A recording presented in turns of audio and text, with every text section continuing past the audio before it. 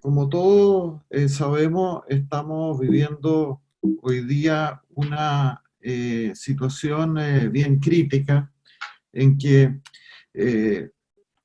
como declaraba el día de ayer el presidente de la Cámara de la Construcción, hoy día tenemos más de 300 proyectos inmobiliarios en construcción que están paralizados y hay más de 140 obras de infraestructura a nivel nacional que también están paralizadas, lo que significa una situación muy extraordinaria y por eso que es interesante que nos podamos abocar a comentar cómo enfrentar las paralizaciones de obra y la respuesta, como vamos a ver, no es la misma según el tipo de contrato que se haya celebrado. Vamos a ver que las respuestas propias de la contratación pública, hay normas especiales frente a lo que es la contratación privada. Ahora, me voy a centrar en la exposición básicamente en cuatro temas. El primero es un tema más general de cómo enfrentar las paralizaciones. Luego voy a analizar hasta qué punto el COVID puede o no ser considerado un evento de fuerza mayor. Eventualmente la pandemia es un evento de fuerza mayor o es una orden de autoridad la que dispone las paralizaciones y ese sería el evento de fuerza mayor. Eh, Hay que tener claro de que si las órdenes de autoridad propia del estado de catástrofe se subsumen o no en la pandemia, todo esto lo explicaremos con mayor detalle, pero quería desde ya mencionarlo. Eh, Otro de los temas a que nos referiremos es hasta qué punto la situación del COVID-19 podría dar lugar para invocar la teoría de la imprevisión, tratándose de la contratación pública, hasta qué punto podría invocarse la pérdida del equilibrio económico financiero del contrato y por su parte, en la contratación privada, ¿hasta qué punto se podría invocar la pérdida de la conmutatividad del contrato? Como sabemos, los contratos de construcción, una de sus características propias es la conmutatividad y hasta qué punto habría una ruptura de esa conmutatividad. Y por último, como cuarto tema a que me referiré en esta charla, es tratar algunas experiencias internacionales de cómo está enfrentando a la industria de la construcción el COVID-19. Dentro de ello, me referiré en particular a la normativa dictada en España, en Alemania y en Colombia, y también a un marco más internacional, especialmente qué soluciones da, por ejemplo, los modelos de contratos FIDIC y también la aplicación de los principios UNIDROIT. De modo que tenemos una temática que es bastante amplia, son muchos los temas que vamos a ver, voy a tratar de tratarlo con la mayor profundidad en la medida del tiempo que tenemos y en el espacio de preguntas puedo complementar o explicar en más detalle lo que no alcancemos en la charla. Bueno, en primer lugar, frente a la pregunta de cómo enfrentar las paralizaciones de obra, eh, em- tenemos que tener claro de que la sola existencia de un decreto presidencial de catástrofe no significa que las obligaciones contractuales no tengan que cumplirse. Eh, el decreto de catástrofe faculta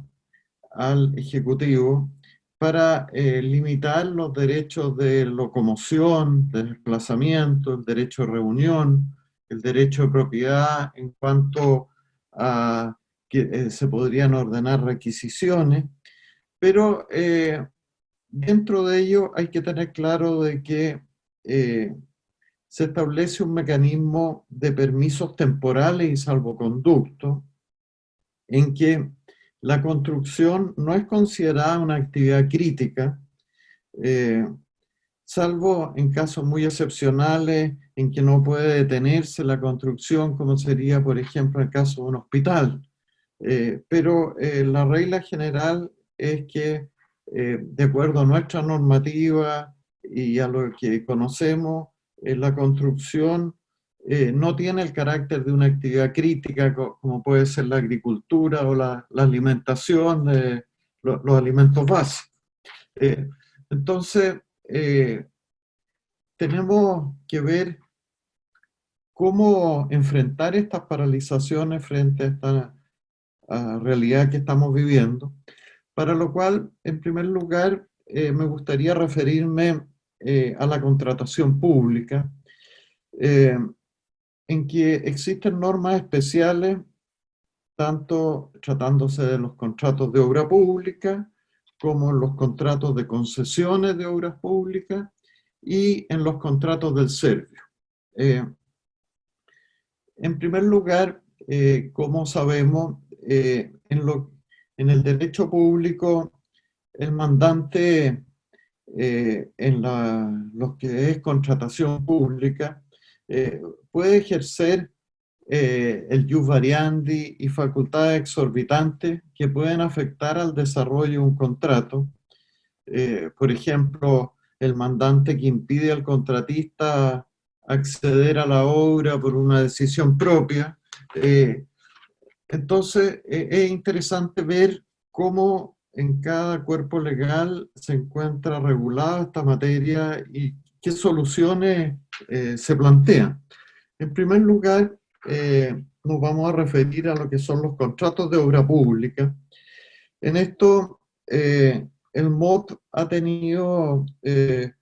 una actuación y una forma de mirar las cosas distinta a la que ha sido, como vamos a explicar, el Ministerio de la Vivienda.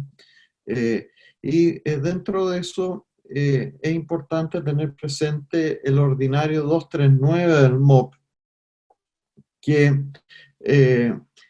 señala que las medidas propias de la emergencia sanitaria reconoce que constituyen interferencia y señala que son de responsabilidad del contratista, pudiendo reprogramar las obras, pero sin derecho a indemnización y obligando al contratista a renunciar anticipadamente a la indemnización. La realidad es que, en nuestra opinión, esta renuncia anticipada que se pide al contratista no se encuentra ajustada a la ley, ya que, en definitiva, significa eh, eh, asumir todo el riesgo y todas las improductividades y todo lo que involucra no poder desarrollar las obras, producto, por ejemplo, de una paralización o de una cuarentena donde se ubica la obra que se está ejecutando, lo cual nos parece que va más allá de la ley y en definitiva es una situación que debiera subsanarse y corregirse por la autoridad porque eh, significa que el contratista tiene que asumir todo el riesgo y bien le podrían dar un plazo, pero el costo que significa la improductividad de tener un proyecto paralizado. Dentro de eso, tenemos que mirar también el asunto dentro de un marco más general y para eso eh, es importante tener presente que existe lo que se denomina el principio de coordinación de los órganos del Estado, que está establecido en el artículo 8 de la Ley 18.575 sobre bases generales de administración del Estado, en que aquí la autoridad sanitaria ordena una cuarentena, eh, de modo de que esa situación es y debe ser armónica con las decisiones que tomen otra autoridad, en este caso el MOP. Ahora, el deber de paralización del MOP no es facultativo, sino que es obligatorio. Si miramos lo que se establece en el artículo 148 del Reglamento de Contratos de Obra Pública, y para ver en cada contrato en particular, tenemos que ver eh, las bases de licitación, si dan alguna regla, y el contrato propiamente tal, pero teniendo claro que el principio rector en esta materia es que los riesgos son del contratista, según el artículo 134, inciso tercero del Reglamento de Contratos de Obra Pública, pero existen dos excepciones que vale la pena tenerlas en mente, que están en el artículo 150 y 161 del Reglamento de Contratos de Obra Pública. Primero de ellos, que entrega a la Dirección General calificar el evento como extraordinario y ajeno a toda previsión, y la norma del 161 que permite la paralización de la obra a petición del contratista. Ahora, lo que a esta altura es conveniente de alguna manera tener en mente, después lo vamos a desarrollar con mayor detalle, es que hasta qué punto el COVID es un evento de fuerza mayor o no, o lo son las medidas adoptadas por las autoridades, y dentro de eso no debemos olvidarnos que la fuerza mayor como está concebida en nuestro derecho, salvo que exista una norma especial en el contrato donde se defina de otra manera la fuerza mayor, y ha sido entendido en forma general como debe reunir el requisito de la imposibilidad, y esa imposibilidad debe ser absoluta. Entonces, la verdad que no es una cosa fácil de acreditar. Quería por ahora dejar establecido eso, después vamos a volver con más detalles sobre este tema. Pero creo que lo interesante en los contratos de obra pública es cómo enfrentar los aumentos de plazo y las indemnizaciones. Dentro de eso, el reglamento de contratación de obra pública, tratándose los aumentos de plazo, establece que deben ser notificados oportunamente por el contratista. Se fija como regla general un plazo de 30 días. Y el reglamento distingue varias situaciones que es importante tenerlas presentes.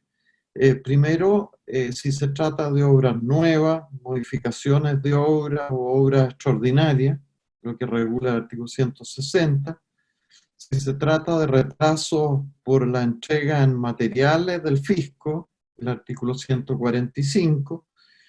Por modificaciones en el programa de trabajo, que es lo que regula el artículo 146. Y por último, por caso fortuito, fuerza mayor, que es lo que establece el artículo 150. En todos estos casos, el reglamento de contratación de obra pública permite que se gatille un aumento del plazo que debe ser notificado por el contratista. Ahora, es importante preguntarse qué pasa con las indemnizaciones asociadas al aumento de plazo. En esta materia, el reglamento de contratación de obra pública establece en el artículo 147 que el pago de los mayores gastos generales proporcionales al aumento del plazo, y cabe destacar que la Contraloría también se ha pronunciado sobre esto. Existen algunos dictámenes en que establecen que el pago de los mayores gastos generales solo procede en los casos indicados en la norma, o sea, cuando estamos hablando de modificación de programas de trabajo por la administración o retardo de entrega de materiales del fisco. y por consiguiente, según la Contraloría, no procede el aumento, el pago a la indemnización, si el aumento del plazo obedece a que hubo mayores obras, obras extraordinarias o que hubo un caso fortuito o fuerza mayor. Eh, Esto, como vamos a comentar luego, no es la forma en que la doctrina y los eh, ha interpretado esta limitación que fija la Contraloría en su dictamen. En nuestra opinión, bien podría en ciertos casos reclamarse el pago de una indemnización en un evento de fuerza mayor o caso fortuito si se lograra esta acreditar. Ahora, lo que les decía anteriormente respecto a esta resolución 239 del MOP que obliga a renunciar en forma anticipada a las indemnizaciones para acogerse a las ampliaciones de plazo, eh, es importante, en nuestra opinión, primero tener claro de que si bien la renuncia de derecho es una cosa legal, y distinto es si se obliga al contratista a renunciar en forma anticipada al cobro de la indemnización. En este aspecto, nuestra Corte Suprema ha resuelto que las renuncias o finiquitos no pueden extenderse a aspectos no convenidos, más aún si han sido objeto de reserva explícita. Eh, Sobre esta materia es interesante tener presente el fallo del Hospital Militar en que se pronunció respecto a la validez de la reserva y de estos finiquitos que se dan habitualmente en el desarrollo de los proyectos que tienen una larga etapa de ejecución. Bueno, por otro lado, me gustaría comentarles que tratándose de las concesiones de obras públicas, eh, la regulación de esta materia tiene algunas normas que vale la pena destacar, pero en primer lugar, igual como en el contrato de obra pública, tendremos que revisar qué es lo que se establecen en las bases de licitación y cuáles son las obligaciones asumidas en el contrato de concesiones de obra pública. Dentro de esto, las ampliaciones de plazo y el pago de los gastos generales eh, podría darse lugar eh, y en el reglamento de la contratación de obra pública no excluye esto último, el pago de los gastos generales. Es importante tenerlo presente. Ahora, tratándose de las obras públicas de hospitales, se excluye la fuerza mayor el pago de los gastos generales. Hay una norma distinta. Es importante tener presente que los riesgos del contratista, igual como ocurre en el contrato de obra pública, el principio rector está establecido en el artículo 22, número 2 de la Ley de Concesiones, en que el contratista asume todos los riesgos del caso fortuito, la fuerza mayor, salvo que se establezca lo contrario en las bases de licitación, en cuyo caso el fisco concurrirá al pago de los perjuicios. Eso es lo que nos dice esta norma. Y luego tenemos en la contratación pública algunas normas especiales en los contratos del Servio, en que se establece que en caso justificado el Servio puede dar más plazo o también pagar gastos generales, lo que señala el artículo 82 del DS 236 sobre bases generales de contratación de obra. Y la norma es que si hay retrasos de más de un 5% por fuerza mayor, el contratista debe presentar el caso al hito y en caso justificado el Servio puede ampliar el plazo con derecho a reajuste y a mayores gastos generales. Eso es, en resumen, la situación de la normativa de lo que es la contratación pública en la materia que nos interesa. eh, Frente a las paralizaciones, me gustaría ahora que entremos en el segundo tema que íbamos a tratar en esta charla,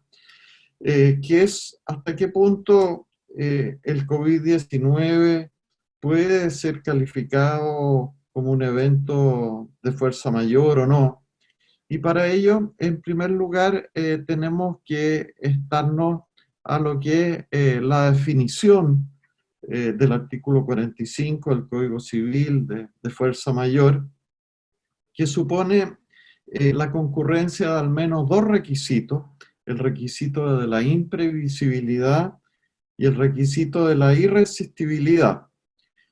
Tratándose de la irresistibilidad, esta no es tan evidente y puede ser difícil de probar.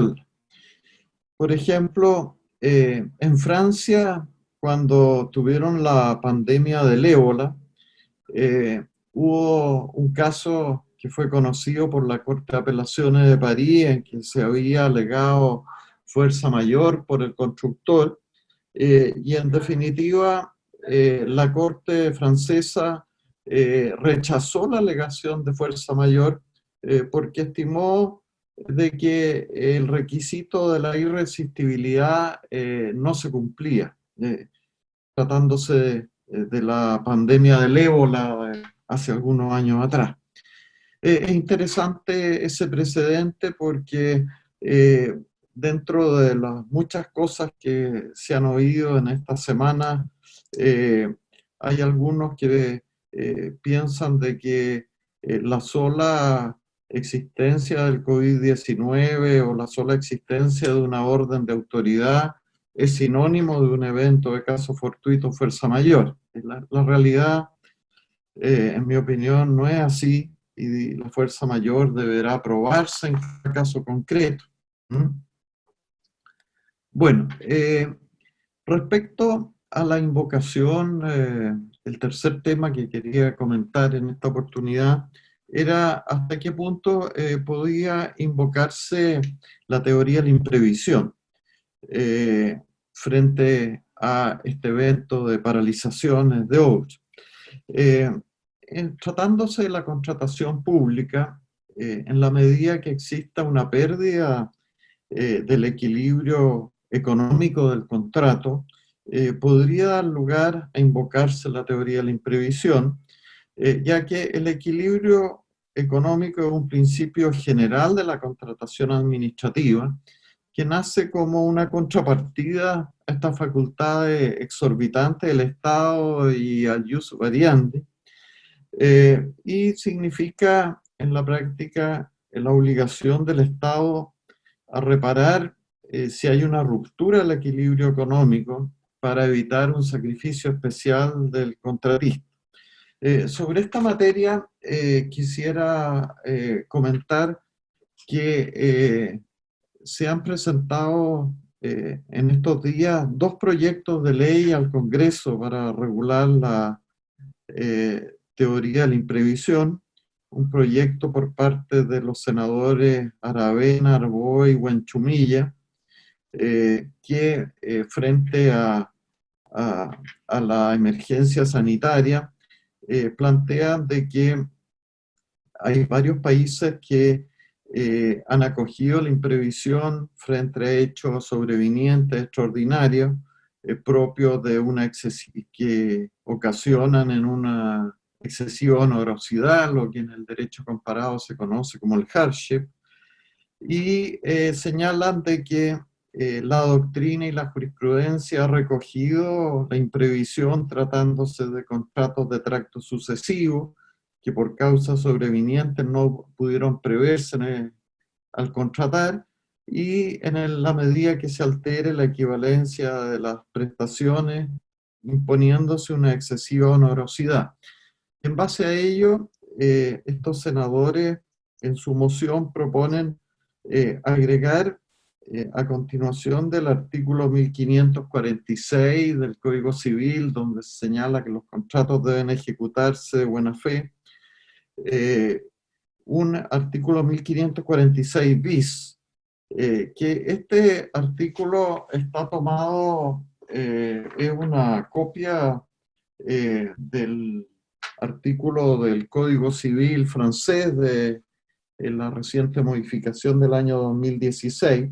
que si hay un cambio de circunstancias imprevisibles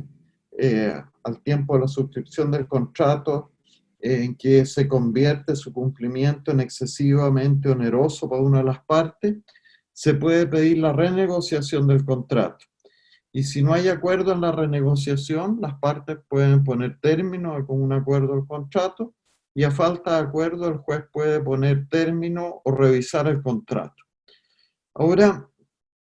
también existe un segundo proyecto, una otra moción parlamentaria de 8 diputados que va un poco en la misma línea, pero es un proyecto, a mi modo de ver, más imperfecto y que dentro de sus fundamentos plantea que debiera recogerse la teoría de imprevisión frente a sismo o catástrofe, y considera también en su fundamento el sobreendeudamiento activo y pasivo que existe en Chile. Hay otras consideraciones, pero me parece que de los dos proyectos el más interesante es el de los senadores que acabo de comentar. Ahora, es importante tener claro en esta materia de que eh, desde el momento en que la teoría de la imprevisión no está recogida en nuestro ordenamiento jurídico, y si llegara a recogerse, que es un poco lo que plantea el profesor Enrique Barro en un artículo publicado el día de ayer en el diario El Mercurio, esto produciría efectos hacia el futuro y no solucionaría los casos en que hoy día estamos enfrentados, salvo que se estableciera en la propia ley la retroactividad de la norma. Lo cual, en definitiva, es un tema que es digno de poder analizar hasta qué punto debiera perfeccionarse este proyecto en el sentido que la norma pudiera aplicarse en forma retroactiva, pensando de que la doctrina en Chile y en el derecho comparado en cuanto a aplicar la teoría de la imprevisión no es una cosa nueva, pero tratándose, por ejemplo, de la contratación pública, es claro de que al perderse el equilibrio económico financiero de un contrato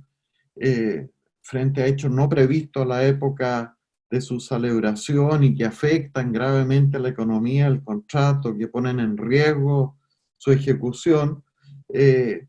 que pueda invocarse la teoría como una manifestación del principio de la buena fe contractual. En este aspecto es interesante tener a la vista una sentencia de la Corte Suprema, la Rol 123 del 2010, de 18 de mayo del 2010, que se pronuncia sobre esta materia. Eh, Ahora, tratándose de la contratación privada, eh, en la contratación privada, como sabemos, tampoco existe norma expresa en nuestro ordenamiento, y la doctrina existen algunas sentencias arbitrales en que han reconocido la teoría de la imprevisión frente a hechos sobrevinientes extraordinarios e imprevisibles, conforme a las circunstancias concretas de cada contrato, y esto da derecho a renegociar o modificar el contrato en cuanto a ampliación de plazo, asunción de gasto general. Bueno, todo este tema de la teoría de la imprevisión, la verdad que es un tema muy interesante, pero me gustaría, los minutos que nos restan, podernos referir a las experiencias internacionales de cómo se ha enfrentado el COVID y especialmente también un poco el marco internacional recogido en los contratos FIDIC y en los principios de UNIDROIT. Primero, en el caso de España, existe el Real Decreto Ley 8 del 2020, en que se suspenden los contratos administrativos al devengarse la ejecución en imposible. Se produce una suspensión automática por el solo Ministerio de la Ley, se amplían los plazos para ejecutar obra y se establece que acordada la suspensión o la ampliación de plazos son indemnizables ciertas partidas como sueldos, costos directos, y también un mecanismo de resguardo del equilibrio económico de los contratos administrativos, ampliándose el plazo hasta en un 15%, eh, o modificándose las cláusulas con contenido económico. Ahora, tratándose de Alemania, que esto no estaba en la transparencia porque es una norma que solo tuve conocimiento de ella ahora en forma reciente, pero es interesante porque en Alemania se acaba de dictar una ley que establece que para los contratos de larga ejecución, si el deudor no puede cumplir por la pandemia, se consagra el derecho del deudor a suspender el cumplimiento, pero pone una excepción que es interesante también pensando en los equilibrios de los contratos. Dice que esto no se aplica si el ejercicio de este derecho pone en peligro la base económica del acreedor o su sustento razonable. Es interesante el tema, pero en definitiva también da una norma tratándose de las pymes hasta 2 millones de euros, eh, empresas que tengan ingresos anuales hasta 2 millones de euros, se suspende el cumplimiento si las obligaciones ponen en peligro la base económica del contrato. Esto hasta el 30 de junio, ampliable hasta el 30 de septiembre de este año. Por su parte, en Alemania, tratándose de los contratos de arriendo, se restringe el derecho del propietario a poner término por deuda generada durante la pandemia. Tratándose de Colombia, como les decía, también hay unas normas especiales tratándose de los arrendamientos, en que por ley se congelan las rentas de arrendamiento y se establece en ciertos casos la obligación de renegociar los cánones de arrendamiento y la prohibición de cobrar intereses por mora. Y por el Ministerio de la Norma, todos los contratos de arriendo se entienden prorrogados hasta el 30 de junio del 2020. Bueno, las soluciones que va adoptando cada país son distintas y en definitiva quise simplemente comentar algunos aspectos que pueden ser interesantes tenerlo en mente para la realidad que estamos viviendo. Ahora, quisiera en los minutos que nos restan poder comentarle algo de los contratos FIDIC y de los principios de UNIDROIT. Primero, tratándose de los contratos FIDIC, la fuerza mayor está definida en el artículo 19, número 1. Dentro de los ejemplos no taxativos de esta norma se indican las pandemias y se establece que da derecho a ampliación del plazo y a los costos que se han debido enfrentar, pero en la medida que se cumplen los requisitos que establece esta norma, o sea, que se trate de una circunstancia excepcional, que esté fuera del control de la parte, que estemos frente a una imprevisibilidad razonable, una irresistibilidad también razonable y que no sea atribuible a la otra parte. Estas normas hoy día están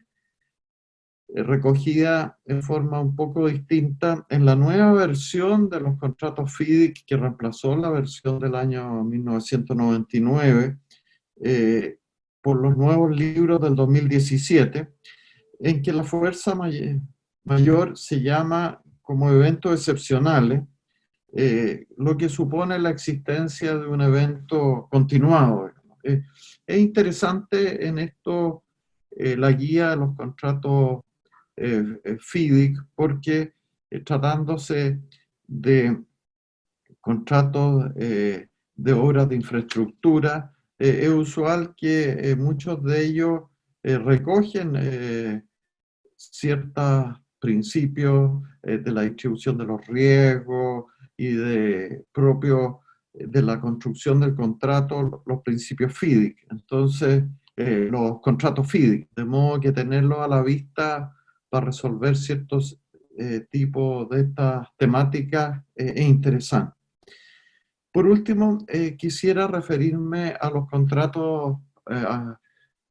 los principios de los contratos comerciales internacionales recogidos por UNIDROIT, en que aquí se define la fuerza mayor en el artículo 7.1.7, en que debe probarse que el incumplimiento fue debido a un impedimento ajeno al control.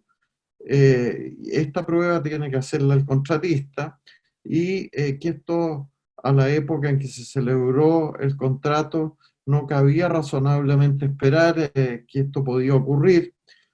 Por ejemplo, el otro día conversando con unos abogados franceses, comentaban de que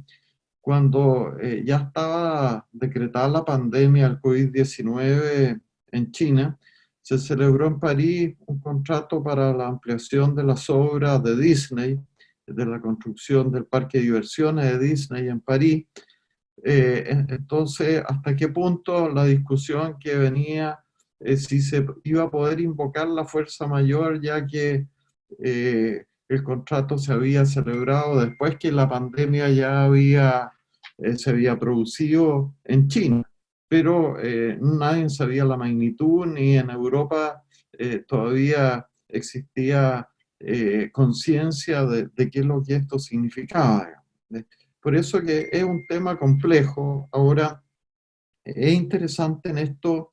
ver lo que ha sido la jurisprudencia arbitral y nacional. Hay una página que es unilex.info que recoge la jurisprudencia internacional en estas materias. Hay más de 30 casos analizados tratándose de la definición de la fuerza mayor que nos pueden dar luz sobre esto. Y también es interesante tener presente la cláusula de hardship, de la excesiva onerosidad que está regulada en el artículo 6.2.2, en que cuando el equilibrio del contrato es alterado de modo fundamental, ya sea porque el costo de la prestación se ha incrementado o el valor de la prestación que una parte recibe se ha visto disminuido, y en la medida que el evento escape del control de la parte y el riesgo no fue asumido por la parte en desventaja.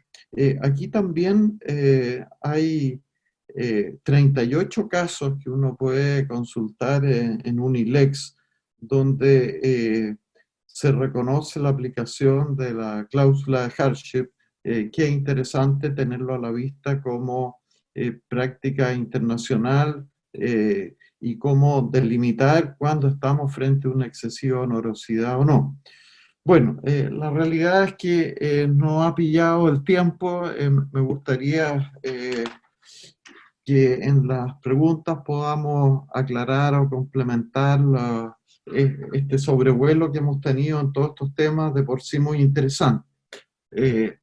Priscila, ¿nos podría leer algunas preguntas para poder ver las preguntas ahora? Sí, sí, claro, profesor. Déjame abrirlas aquí, que nosotros entonces estábamos, hasta ahora tuvimos 3 preguntas muy interesantes. La primera fue elaborada por Felipe Duarte. Y dice el siguiente: considerando que el COVID es un hecho de público conocimiento, la prueba de este hecho se verá superada. Más bien, lo que el profesor plantea es un tema de causalidad del COVID con la afectación en la obra. Entonces, esa es la primera pregunta. Sí. Bueno, respecto a lo que plantea Felipe, aquí la discusión, en primer lugar, a mi modo de ver, es poder determinar cuál es teóricamente el evento de fuerza mayor, si es el COVID o es las órdenes de autoridad que disponen las paralizaciones. A mi modo de ver, las paralizaciones son lo que gatillan la imposibilidad de ejecutar la obra al disponer la autoridad, las cuarentenas o los círculos de protección sanitarios, de modo de que la sola existencia de la pandemia, a mi modo de ver, no es suficiente. Ahora, en cada contrato y en cada caso concreto, tendrá que acreditarse si esto se lleva a un juicio o un arbitraje, de que concurren estos requisitos que veíamos de la irresistibilidad, que es el requisito que a mi modo de ver creo que es más difícil de probar porque muchas cosas podrían con un mayor costo igualmente hacerse. Entonces, ¿hasta qué punto la sola circunstancia que haya una orden de autoridad que disponga la paralización, qué alcance tiene? ¿Mm? Eso. ¿Alguna La otra segunda, pregunta, Priscila? Matías Robson ha planteado la siguiente pregunta: si entendemos que la irresistibilidad del hecho supone que quien lo alega no haya participado en él, ¿qué sucedería respecto de aquel contratista que, habiéndose expuesto imprudentemente al riesgo, por ejemplo, ya en conocimiento del COVID-19, no brinda protección a sus trabajadores, generándole retrasos en su ruta crítica? Puede alegar el contratista fuerza mayor, ya sea para un aumento de plazo, indemnizaciones por mayores costos generales, o deberá asumir él el riesgo por exponerse imprudentemente. Sí. Matías, bueno, primero creo que es importante tener claridad en qué momento se celebró el contrato de construcción, si se celebró antes del COVID-19 o si el COVID-19 ya había sido declarado, porque me parece que la imprevisibilidad, que es el otro requisito, si el contrato se celebró después, no se daría el requisito y no podría invocarse la fuerza mayor. Ahora, en definitiva, es difícil en esto dar, partiendo de la base de que el contrato se hubiera celebrado antes. Ahora, habrá que entrar en el análisis particular de cada caso,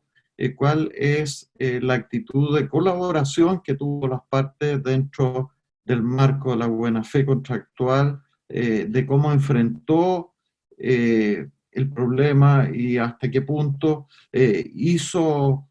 o tomó todas las decisiones que estaban dentro de la esfera de su control para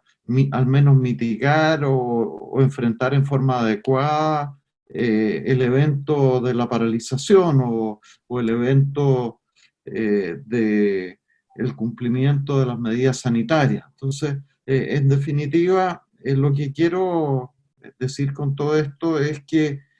eh, la prueba de la fuerza mayor o caso fortuito es difícil y en general, tratándose de las imposibilidades, de la irresistibilidad, los tribunales han sido tradicionalmente de la idea de que tiene que ser absoluta y probar que esto fue absoluto es bien difícil. Eso. Entonces, ahora FIA, FIA, que no está su nombre completo, Pregunta, asumiendo que al día de hoy la mayoría de los contratos de construcción regulan la fuerza mayor remitiéndose genéricamente al artículo 45 y tomando en consideración los problemas que estamos teniendo y tendremos en la aplicación de esta cláusula caso a caso en razón de esta pandemia, ¿qué recomendaciones daría para regular la FM en los contratos que se redacten, en especial en materia de infraestructura? A ver, interesante la pregunta. Hay que pensar de que eh, los nuevos contratos no van a solucionar la situación que hoy están viviendo las paralizaciones, pero pensando en cómo mejorar hacia el futuro, a mi modo de ver, tratándose de contratos de infraestructura, es bueno recoger el modelo de contrato FIDIC y también los principios de UNIDROIT, porque son buenas prácticas internacionales que además están respaldadas con la interpretación que se ha dado por tribunales arbitrales internacionales y por las cortes durante mucho tiempo, de modo de que se hace más previsible cómo se puede interpretar por un juez, por un árbitro, una cláusula. Si yo he tomado un contrato modelo o he recogido como aplicación al menos supletoria o complementaria a los principios de UNIDROIT. Ahora, mi recomendación es que se defina la fuerza mayor en función de lo que es la realidad del contrato, porque en definitiva esta definición que está en el artículo 45 del Código Civil es una norma que aplica a falta de definición en el contrato o en las bases de licitación de la obra. ¿Mm?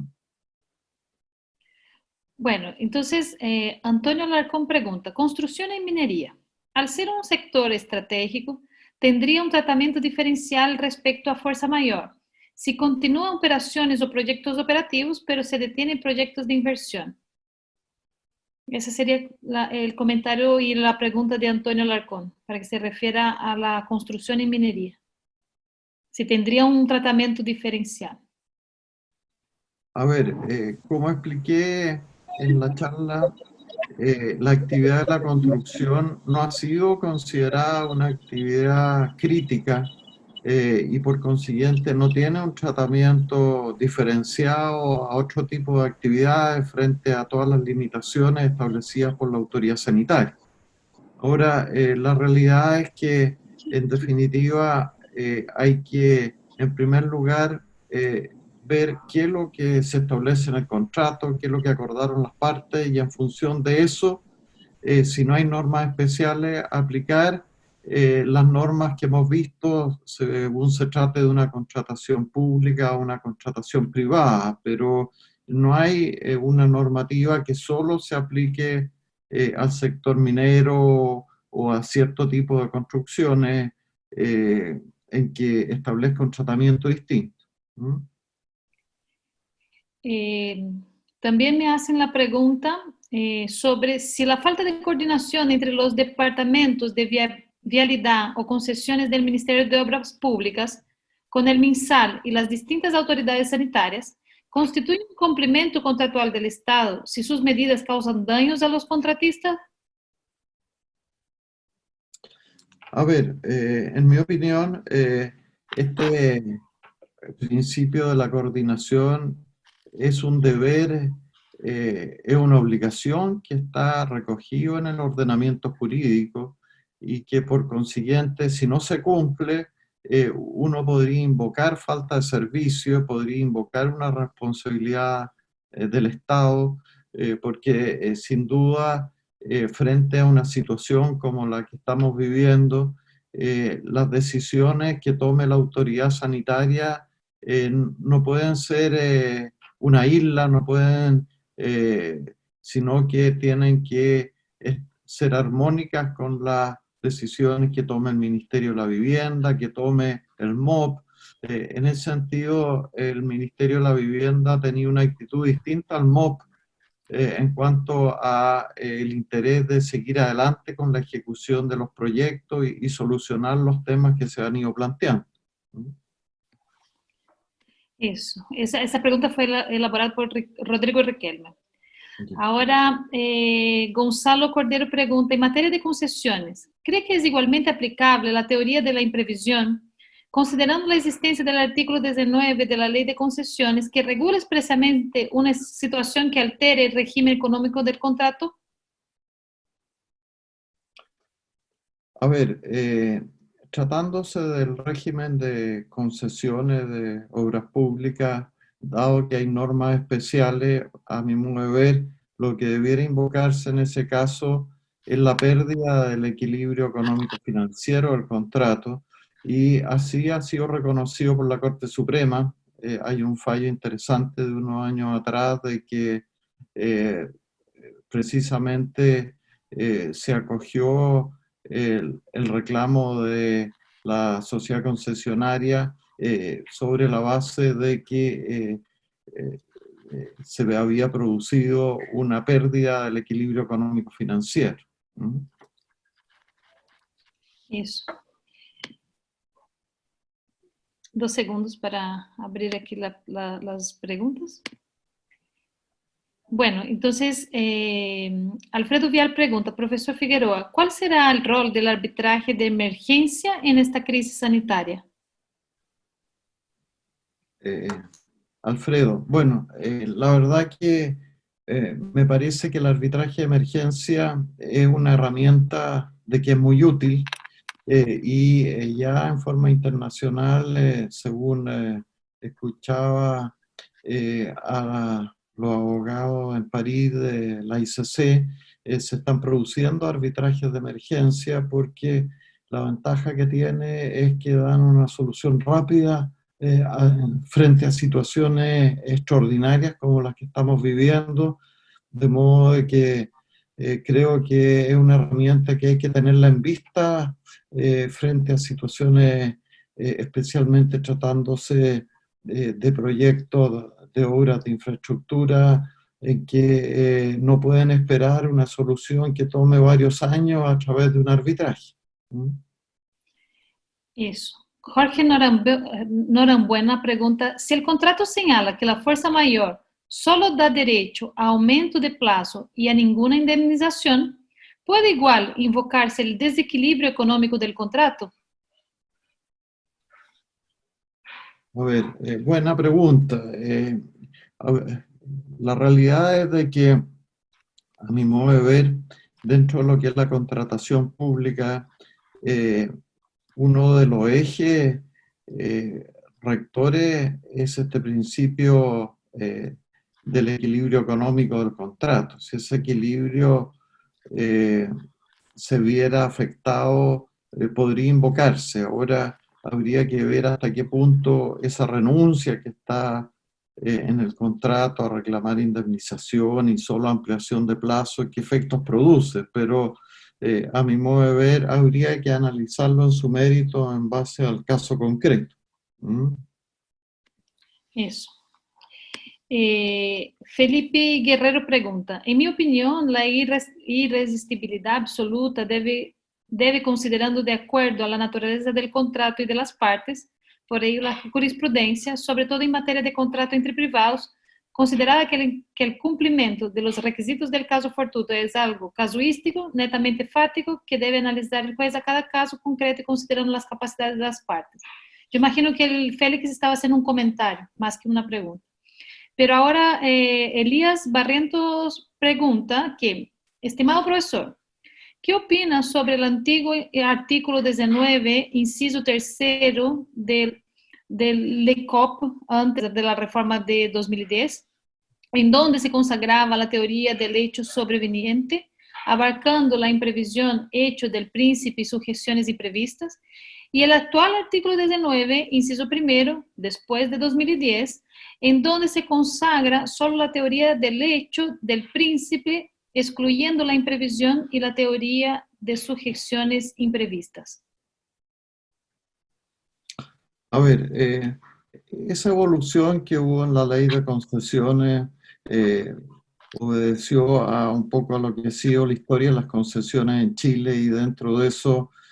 sabemos de que evolucionamos desde un régimen en que en el sistema anterior las comisiones arbitrales podían actuar como árbitro arbitrador y fallaban en conciencia, y hoy día tenemos un sistema en que la comisión arbitral falla en derecho, y en definitiva la norma actual de alguna manera recoge la necesidad de poder lograr los equilibrios adecuados en el contrato, en que